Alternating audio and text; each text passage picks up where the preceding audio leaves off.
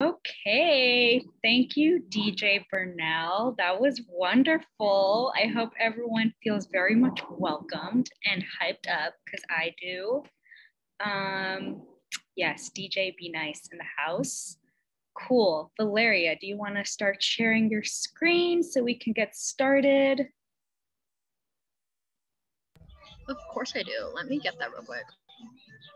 Also, if people for some reason cannot hear me, I've been having audio issues, just like yell at me to stop talking and I'll figure it out.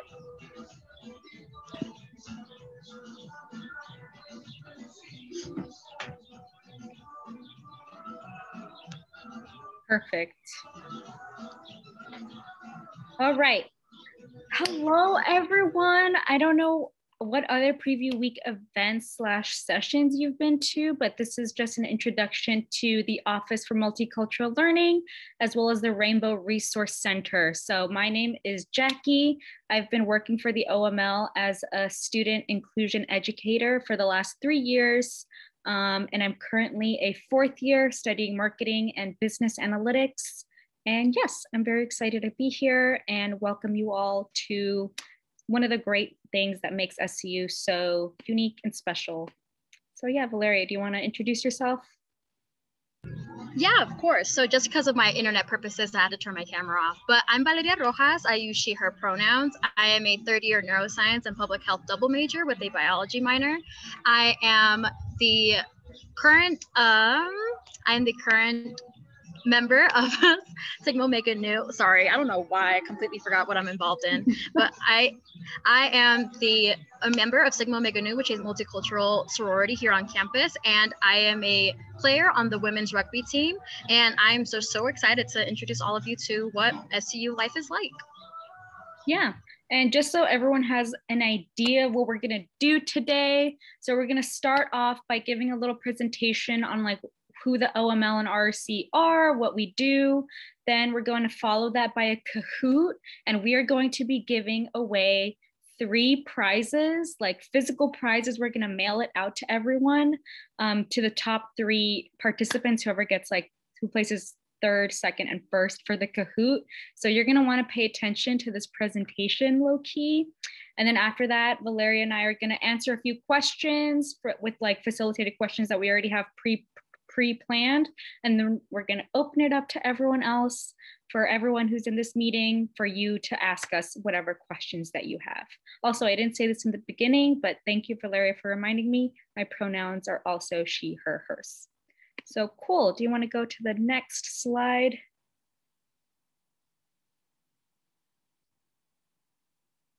Also, I hope you like our slide deck. I put a lot of effort in like designing the first few slides of it. I hope you think it's cute. Okay, so who's who? So we are the OML. Well, I'm here, I guess, representing the OML, so the Office for Multicultural Learning.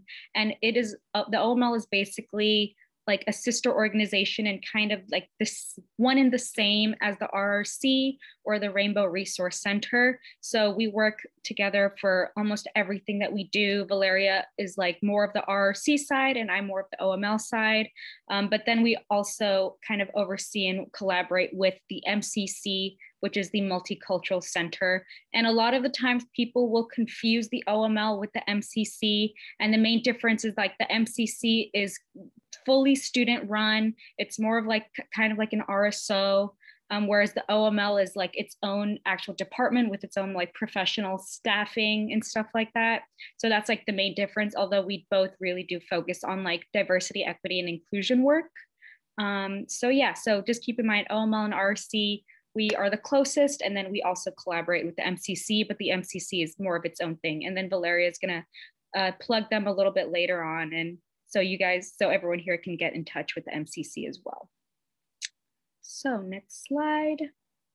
So OML's goals are pretty simple. We have 4 goals. If you look at our website, this is something that we promote a lot. So our first one, we always ask the same 4 questions is how can we promote social justice and build bridges across different communities at SCU? How can we advocate for historically underrepresented populations? How can we educate the whole person within the context of Jesuit values? And then finally, how can we celebrate the differences of students, faculty, and staff at SCU.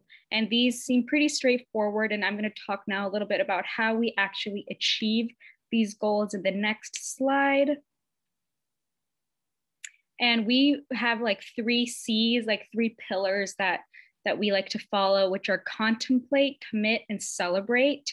So with contemplate, and we like to like organize our events and programming around these 3 C's. So for contemplate, for example, we have this series called Difficult Dialogues, where you talk about like a pretty hot topic or something a little bit controversial, and we just set an hour or 2 hours for everyone from all around campus to come in and talk. And it's not meant to be a debate. It's really just supposed to be a way for people to absorb new perspectives and try to really just contemplate these different points of views. We also have BIPOC Talk Hours, Word on the Street podcasts, which I really hope y'all will listen to. It's on Spotify. We can I'm not sure if Bernell or Joanna can like put a link for our Spotify somewhere later on in the chat. And then we also have the commit and celebrate pillar. So the commit, that's something where it's a little bit more serious. It does take a little bit more reflection, such as the racial justice workshops, as well as the FAM mentorship program, which is basically this new initiative that we started this year, I believe, where we like to, I guess, pair up a student with a BIPOC professional, faculty, or staff, and have different programming with that pair in itself. And then finally, we have celebrate. And this is one I'm personally really hyped up about, because the first thing here is not the first thing, but in this are the multicultural recognition ceremonies. So this is where we recognize not only undergraduate students who are seniors, but also graduate students who identify with different BIPOC or underrepresented communities. And it's basically kind of like our own like commencement ceremony. So that's something that I'm really excited and looking forward to. And it's just something that's really fun. Oops, sorry, y'all. My dog is in the back. Let me scooch over a little bit. So it's just something that I think we all really enjoy every year. Cool. And then next slide, this is going to be the last one for me. So just so everyone knows, some things that are looking forward in the OML that you can expect will happen if you do decide to go to SCU. We have BIPOC Talks, which are basically kind of like office hours, but like they're specifically for BIPOC students to come in and just like express any feelings of stress from the week, and just really supposed to be kind of like a self-care / a way just to like vent a little bit. We also have the Word on the Street podcast, which I already mentioned previously. And then one of the difficult dialogues that we're having really soon is actually going to be talking about inclusive language. So this is something, just different ways that like you could potentially get involved with the OML. If not passively with like the Word on the Street podcast, you can also do it a little bit more proactively or directly with the inclusive language difficult dialogues or any other of our difficult dialogues that we have every quarter. So cool, that's my spiel. Thank you, Jackie. So what is the RRC? The RRC stands for Rainbow Resource Center. And just a simple answer for what we actually do on campus is we support the LGBTQ plus community at Santa Clara University.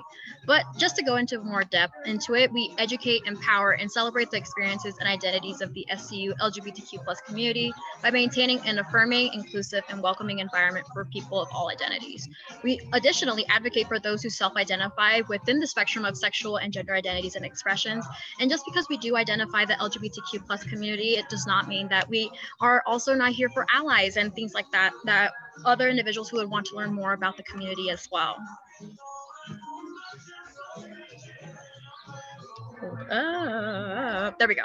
So what do we do in here in the RRC? So just to go back to the 3 C's, one, to contemplate. So we host 2 sorts of office hours. One is academic, which is usually held at the beginning of the week, and Cozy Corner, which is held by my co-partner, my partner in crime, Ms. Cassidy Basham. She hosts Cozy Corner, which is a more intimate experience with everyone involved in the RRC. Additionally, we also host our own difficult dialogue series. We recently had one on LGBTQ plus inclusion, and the one on inclusive language will also be held with the OML. We also have an educational Insta series where we talk about various things that involve the LGBTQ plus community, but also history and things like that. And coming up extremely soon is the Queer Film Festival, which we will talk about in a little bit as well. But every single year we host a queer film festival. We compile a bunch of films that we believe are relevant to our social, political, cultural environment. And we have a discussion on it and really highlight how queer individuals are highlighted in media and things like that. Additionally, to commit, we provide safe space trainings for RSOs and other organizations that may want them that are also student-led. And we also have advocacy projects here on campus.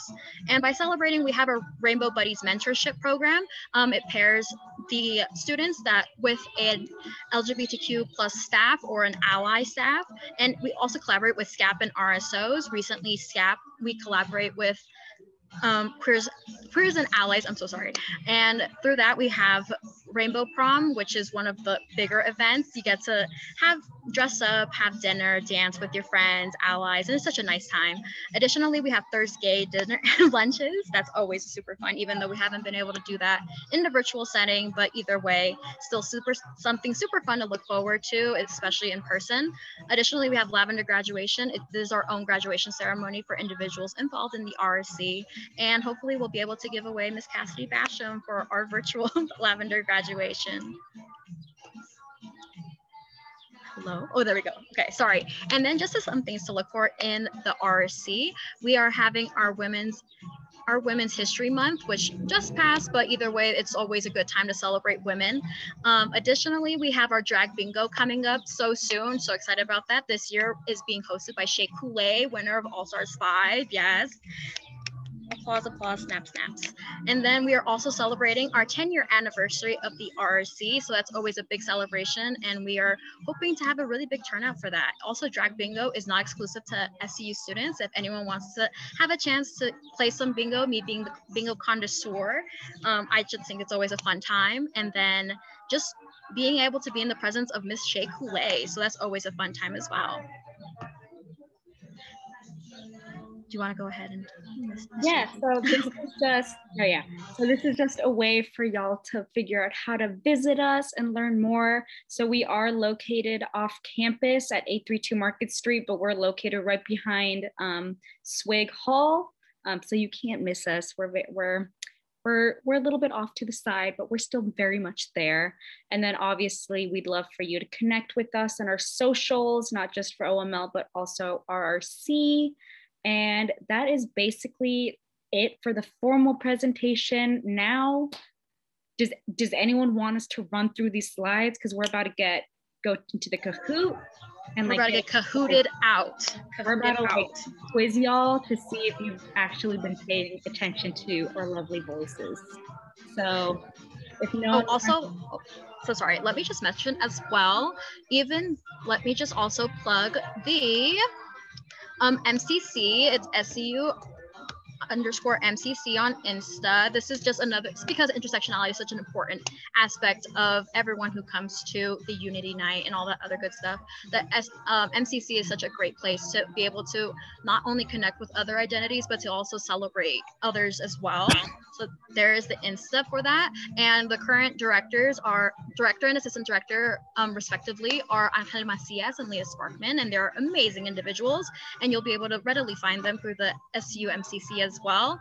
And that's always a nice time. Also, I didn't get to mention as well for the Rainbow Resource Center, we are located in the basement of Benson. Once you get on campus and all the other good stuff, you'll see where Benson is, and you just had a little trip downstairs. It's right next to the cellar. It's like a couple doors down. You won't be able to miss it. It's a big rainbow everywhere. So yeah.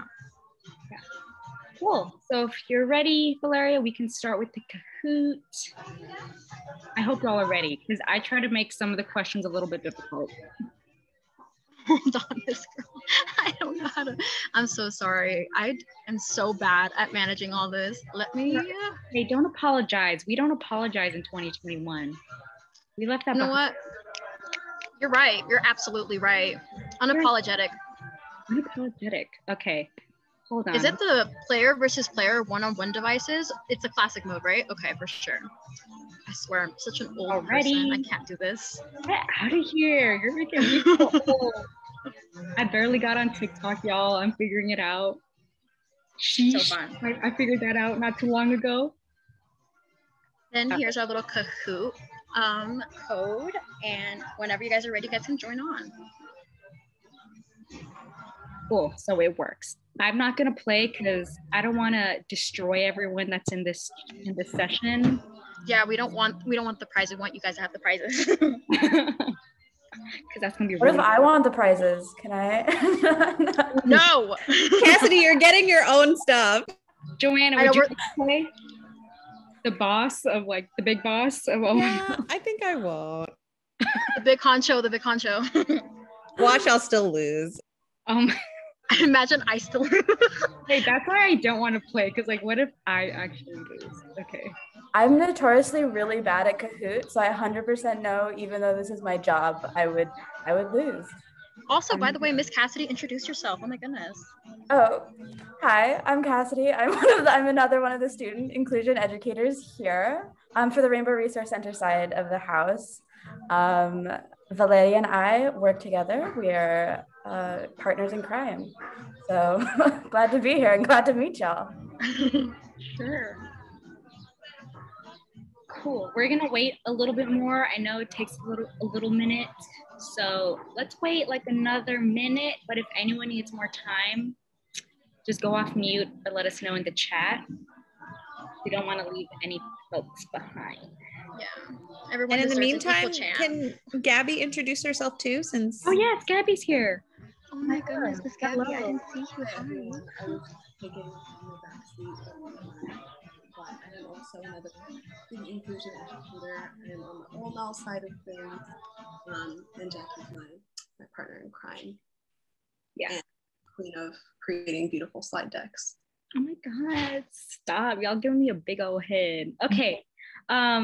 Yeah, sorry, Gabby. I think it was a little bit difficult to hear, but for anyone who didn't hear, Gabby is the other student inclusion educator for the OML. And to answer your question, Adrian, a student inclusion educator is basically Gabby, me, Cassidy, and Valeria's roles. It's just like any student workers that work for the OML or the RRC.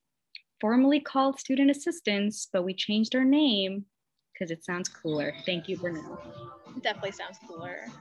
And then just like supporting LGBTQ individuals within the context of Jesuit values. So the Jesuit values that we care, I mean, obviously we can like answer this like later because I think it's a more extensive question, but wait, yeah. I think we also answer it at the Q&A as well after the Kahoot. So I will save this question for later. Yes, actually. That is a really good question and we will express it. Okay, does anyone need any more time before we get into the actual Kahoot? Cool. Should we just start then? Yes, I'll just start it right now then. Cool. Let's begin.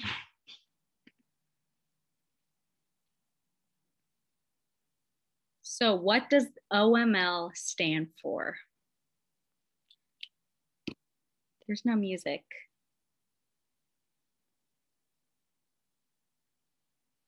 Oh my gosh, y'all are so fast. Wait, let me try to share my sound.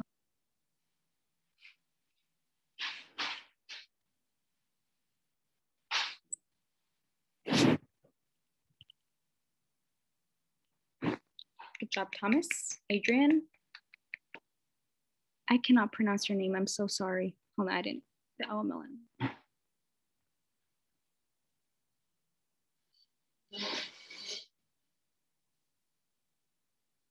Ooh, this one is stumping a few of you.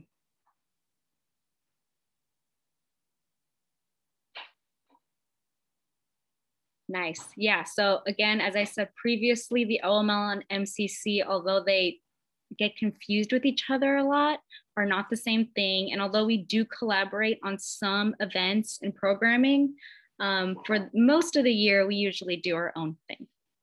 Yeah. I try to throw y'all off on that one. I did not do a good job, obviously. That's good.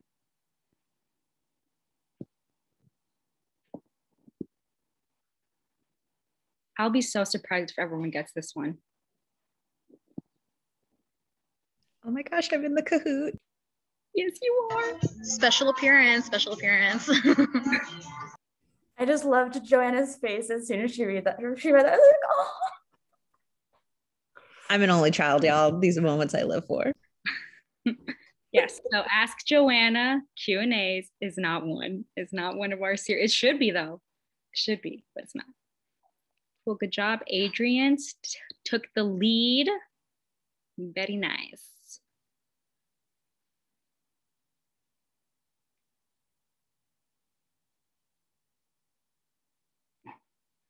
Ooh, I got two of y'all. Yes, so OML is actually on 832 Market Street. So it's like right behind Swig, but it's still pretty convenient of a location in my humble opinion, because it's also right next to Benson.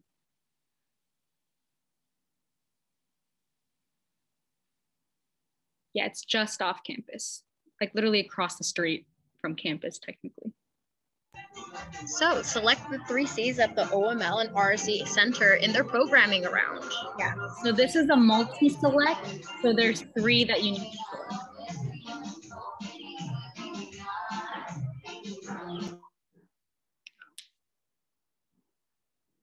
Nice. Yeah, try to get y'all to connect. I got 2 people. Nice.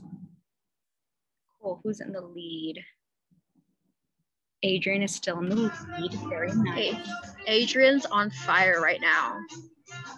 And what does the RSC stand for? Nice. I thought I saw someone say Republican Resource Center. I was like, excuse me. Like, excuse me. But yeah, Rainbow Resource Center. And then Roberto takes the lead. Let's go. Ooh, we got some rivalry going on. And you cannot get involved with the RSC if you are not a part of the LGBTQ plus community. True or false? Ooh, that was a quick one. That's quick. We're at 7 out of 10. So there are a few more opportunities to lead. All right, and the RSC is the only official SCU organization solely dedicated to supporting LGBTQ plus community. True or false? Ooh, that one stumped you. Okay, so the RSC, while it is the, sorry, there's like a dog in the background, so humiliating. But the RSC, though it is like the primary like LGBTQ plus organization in SCAP, there is Queers and Allies when we collaborate with them for Rainbow Prom. And additionally, there is a up and coming new RSO named Queer and Qualified that Cassidy can speak more on, since she's the president for it right now.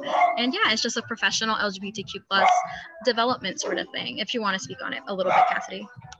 Yeah, that basically covers it. It's professional development for LGBTQ plus people, resume development, matching them with career opportunities and different sorts of conferences directed at LGBTQ plus people. So yeah. Ooh, Lucy takes the lead, come on. And then which is not a way you can get directly involved with the RSC.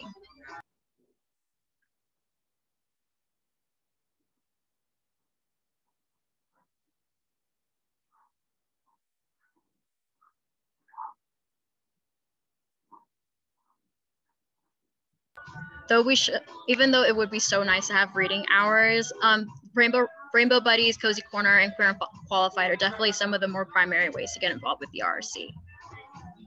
And then let's see where we are. Ooh, Annalise takes the lead. Let's go. Last question.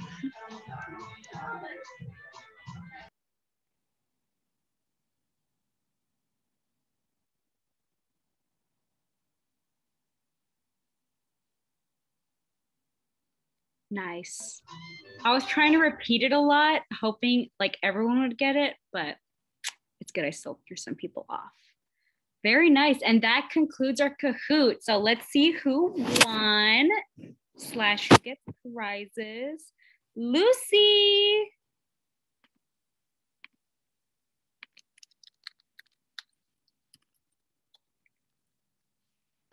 Ooh, Annalise took the lead right at the end. Can we stay on this slide real quick? Okay, I'm just gonna take a picture so I know to reach out to everyone who won. Cool. So Lucy, Annalise, and Adrian, you are all eligible to get some merch from OML/RC mailed to you. So I'll DM y'all privately to get your email addresses, and then from there we can get your mailing addresses. But good job, everyone. Very good effort. I hope y'all aren't totally sick of Kahoots. I don't know what other games that people play these days.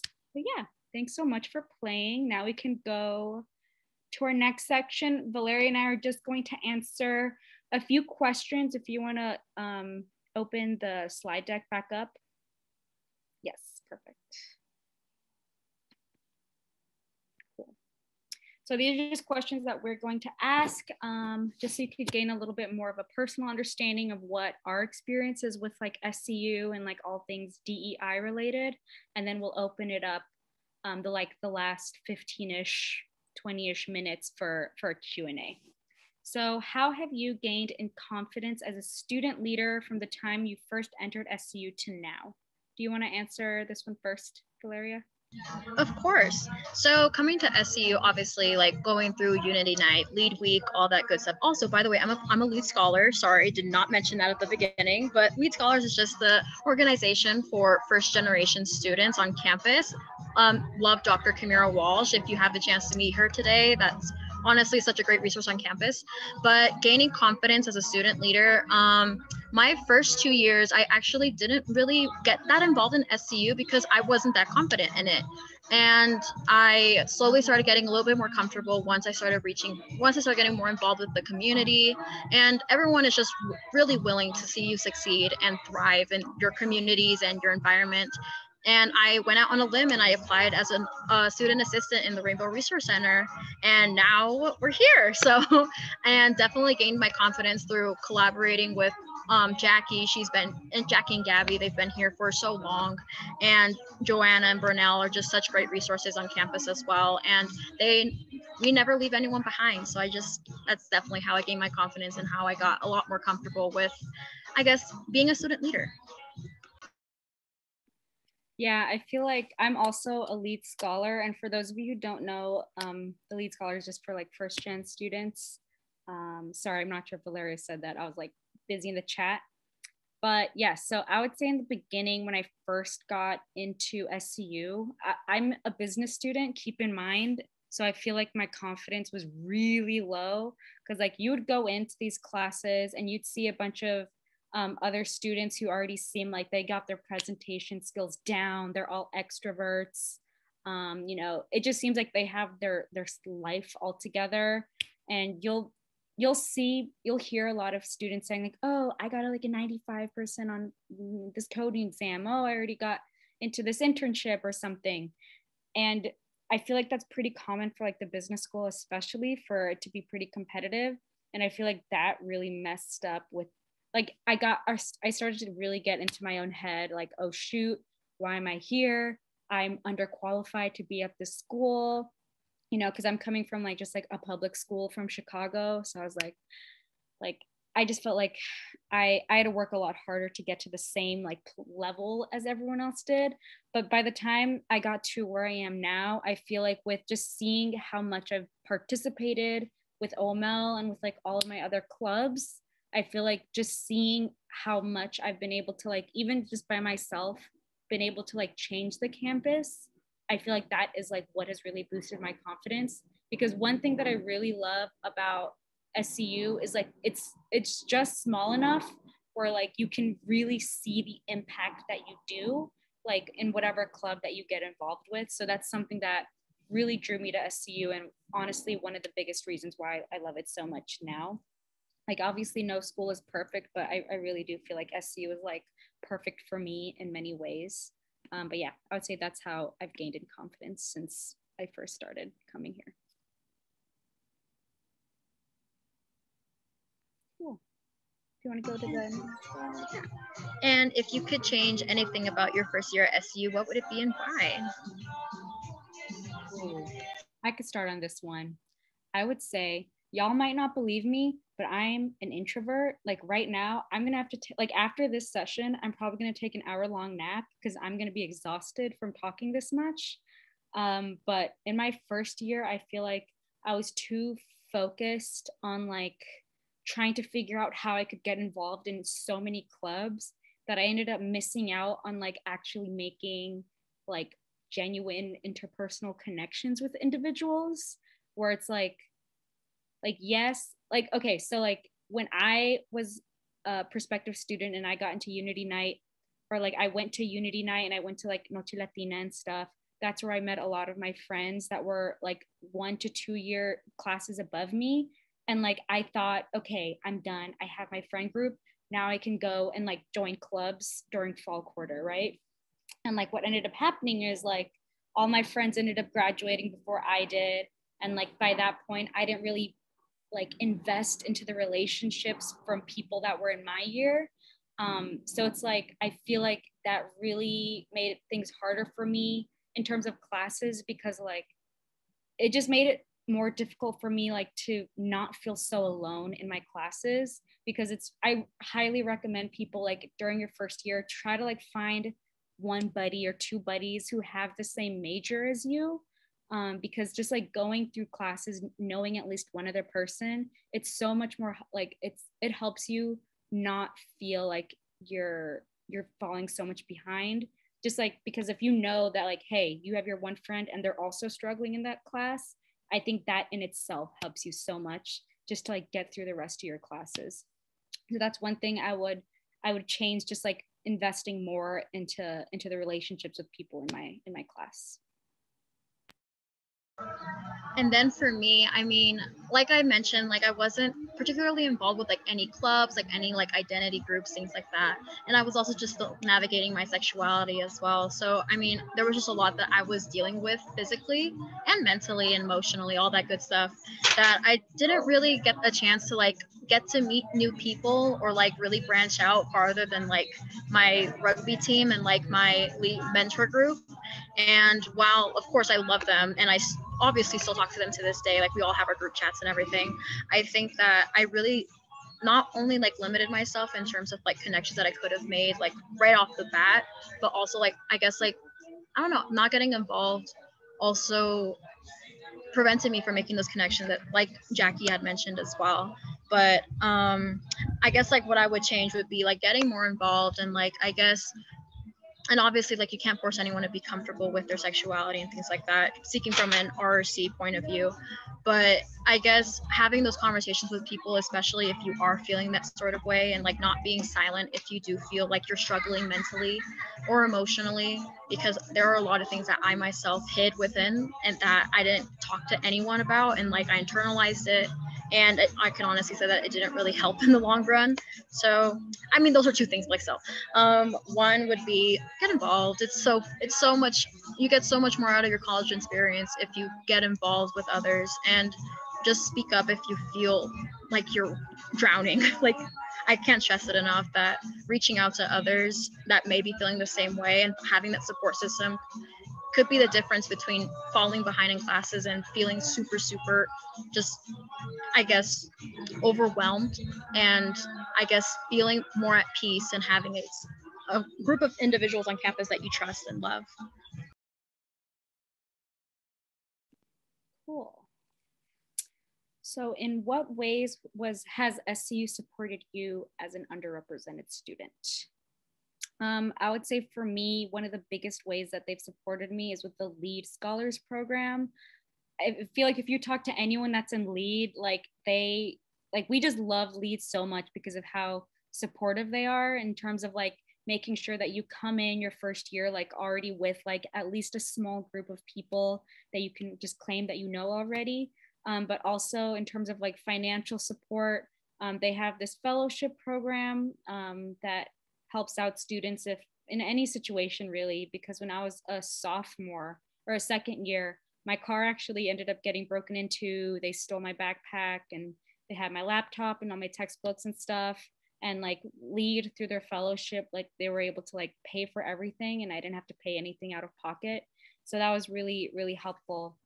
And not only that, but I would say the Levy Business School, although in the past, like they haven't really done not much for diversity, equity, or inclusion.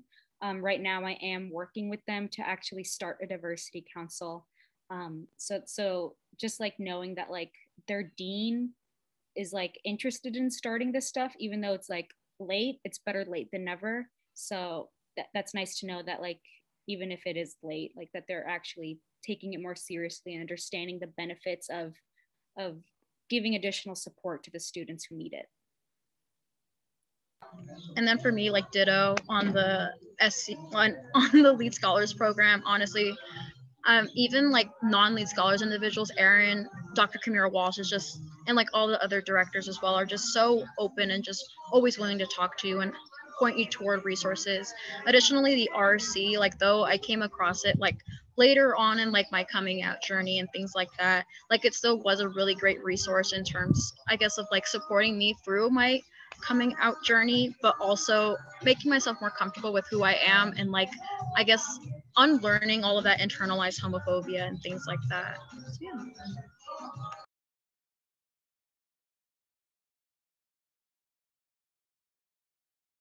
And then in what ways do you hope that SCU will be better at supporting underrepresented students? Do you want to start this one, Valeria? Yeah, of course. I mean, me being a Latina, like there hasn't been a lot, I guess, in the past, like in terms of supporting like minority groups and things like that. Even like RC, like of course, like it's such a big feat to have a Rainbow Resource Center, but the fact that it's only 10 years old, like just says something about the campus as well. So I guess like, I don't know, I guess in the future, I really do hope that one, like there's like a census in which like we can actually get a gauge of like how many LGBTQIA individuals are on campus and what everyone identifies as and things like that, as long as everyone's like comfortable with it as well. And then I guess expanding the Multicultural Center and making it student-led as well, like that's also such a big thing. And I think it's honestly already making strides to being a student-led organization and a student-led, I guess, organization.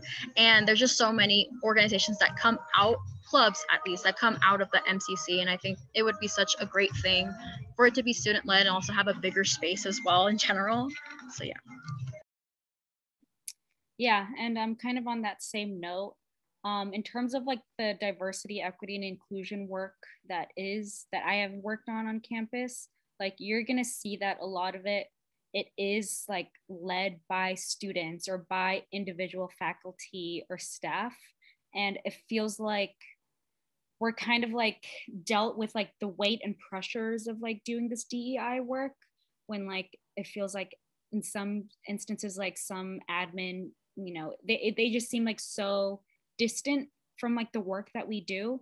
I would say like that is one way that I would want SU to be better at supporting us and like the work that we do. But with that being said, like we did recently, we are in the process of hiring someone, correct me if I'm wrong on like the name of her role, but is it the Vice President for Diversity, Equity, and Inclusion, or Director? Yes, ma'am. Yep. Hired and part of the president's cabinet. Yes. So that was a huge step in the right direction for SCU. And like, again, it's like really late in the game. Like, I feel like you would expect something like this for like a school that's in California where everyone is really progressive.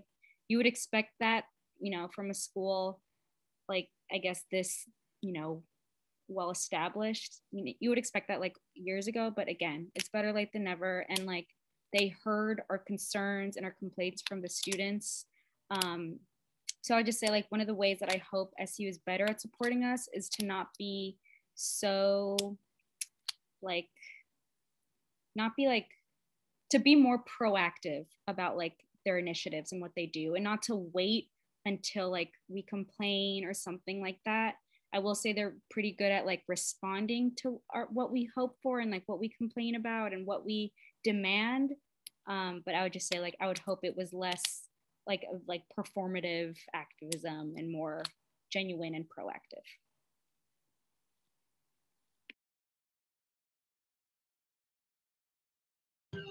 And then what is your proudest accomplishment for promoting diversity, equity, and inclusion on campus? I can go ahead and answer it first. Wait, can you guys still hear me?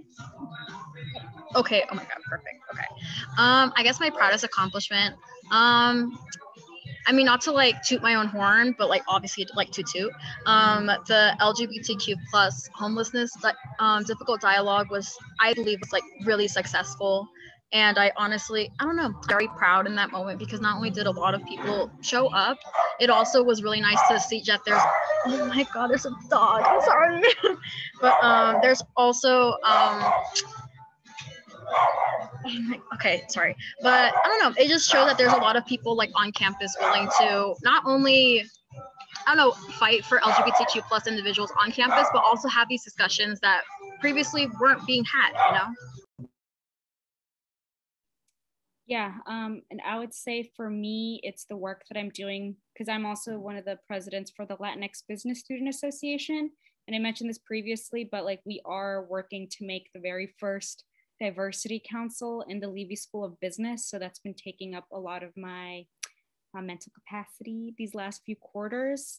So I'm just really excited about it because I'm hoping that like next year, like for any BIPOC students that like are feel super like outcasts in their class because like no one else was, or like very few people are gonna look like them in their classes because of like how little diversity there is in the business school in particular.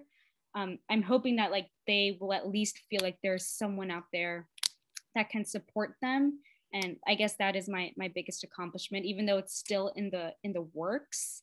I'm really excited about it and like just everything that could mean and like the long-term change that it can have for students. I believe that's the end of our questions.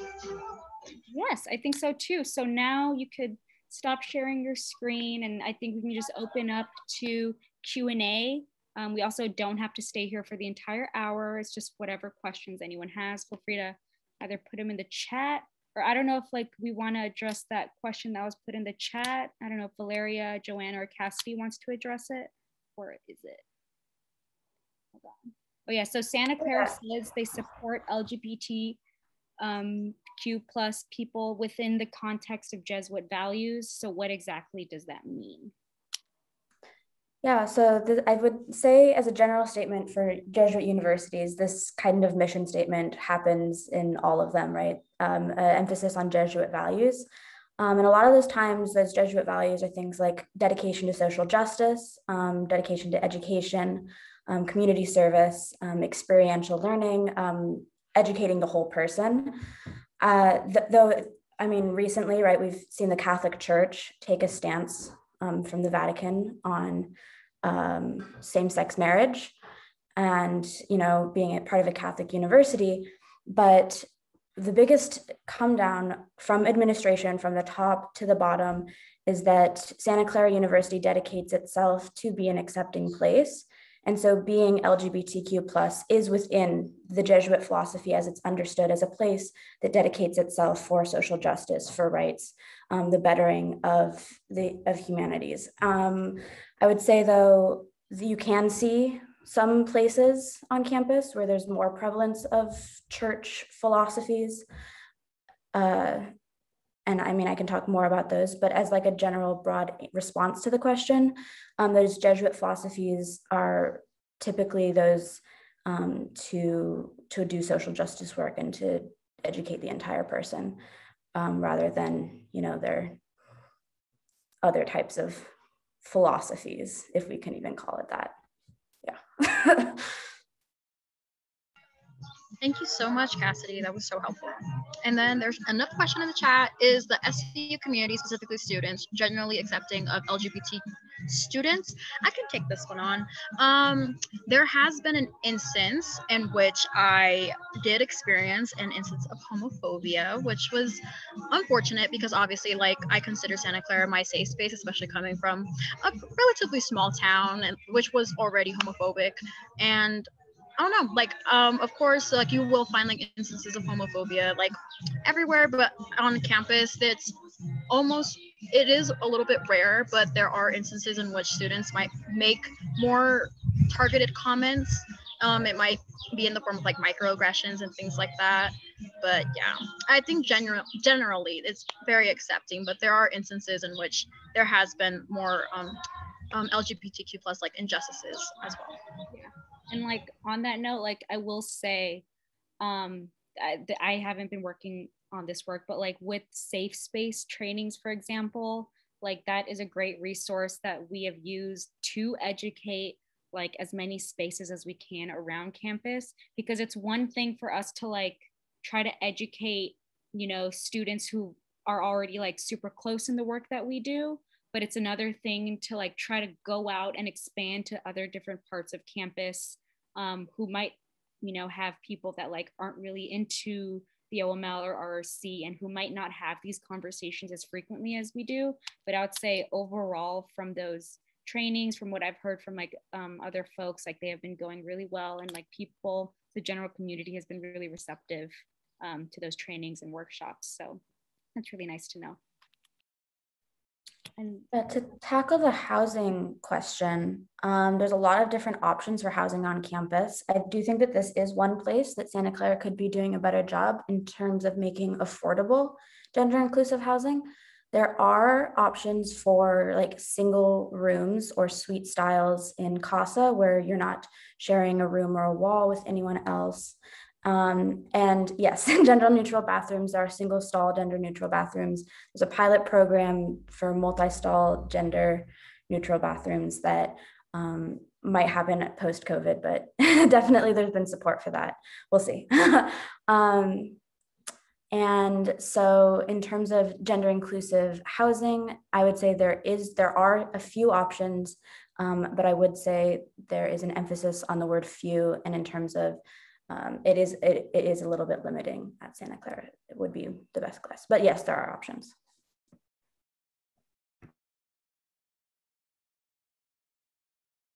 And then we have another question. What is experiential learning?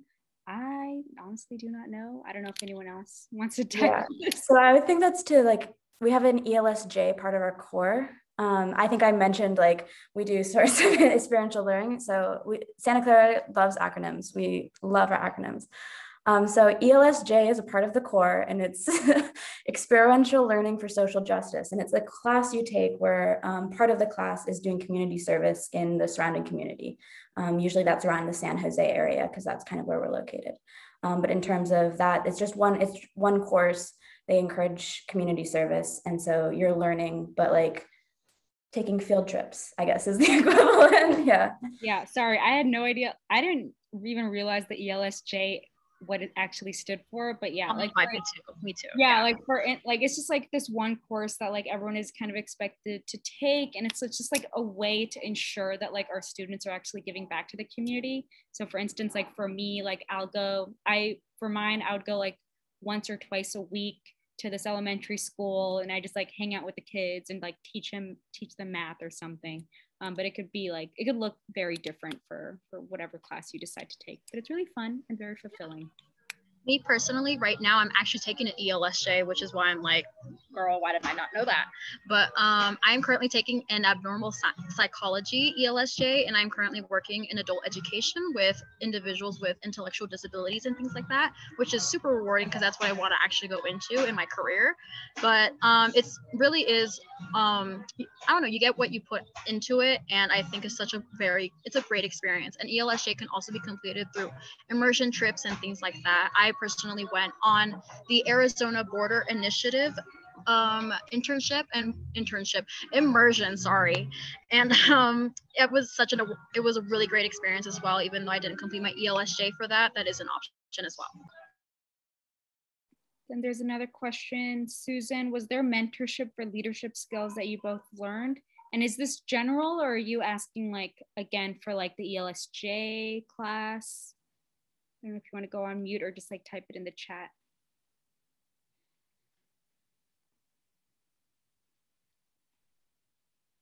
Yeah, so the leadership skills that you learned to, and the confidence that you gained, was that something that you initiated on your own, or did you have a mentorship program that was available for you to learn those skills in?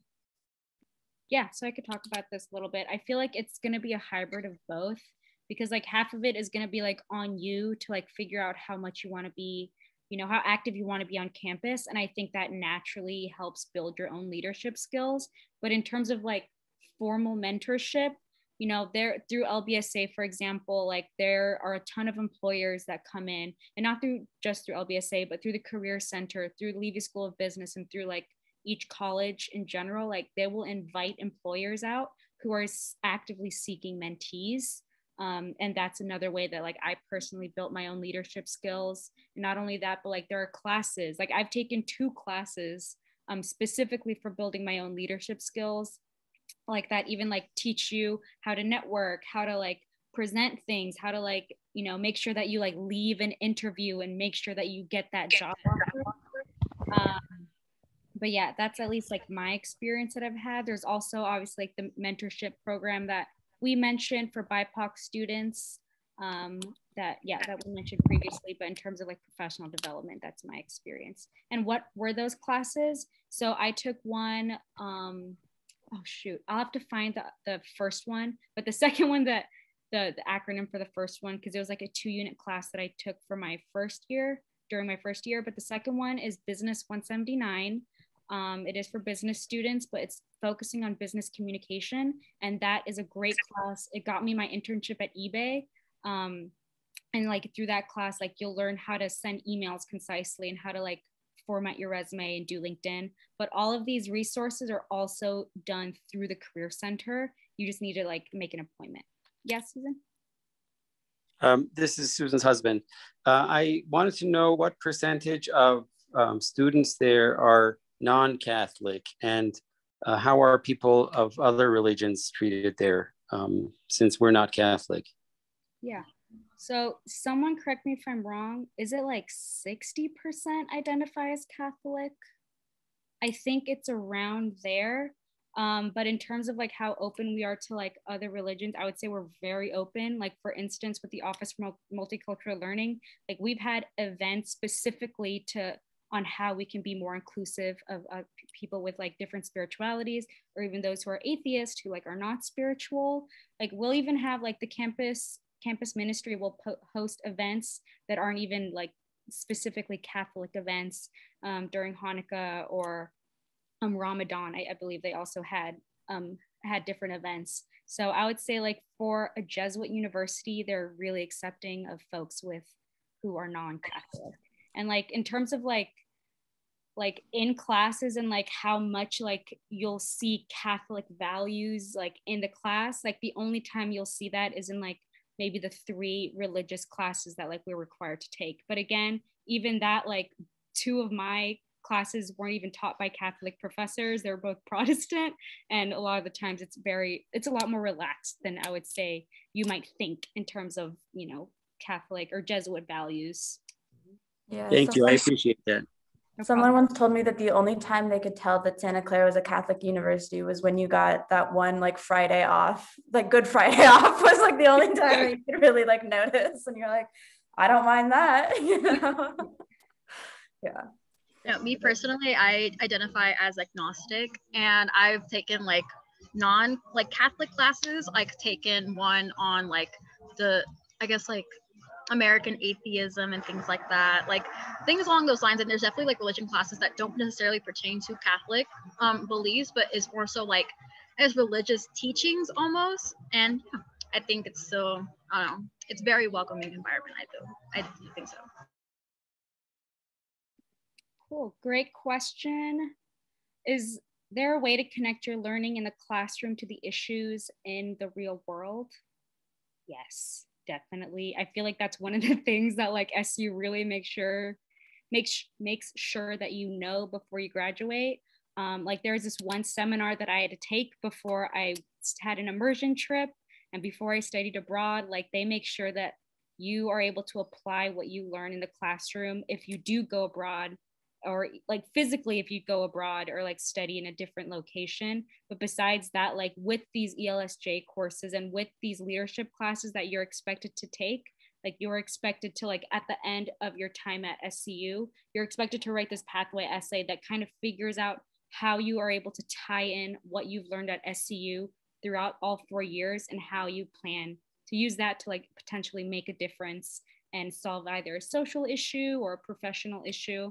So I would say they're really good at remembering how, or reminding students how to tie in their curriculars with real world and social issues.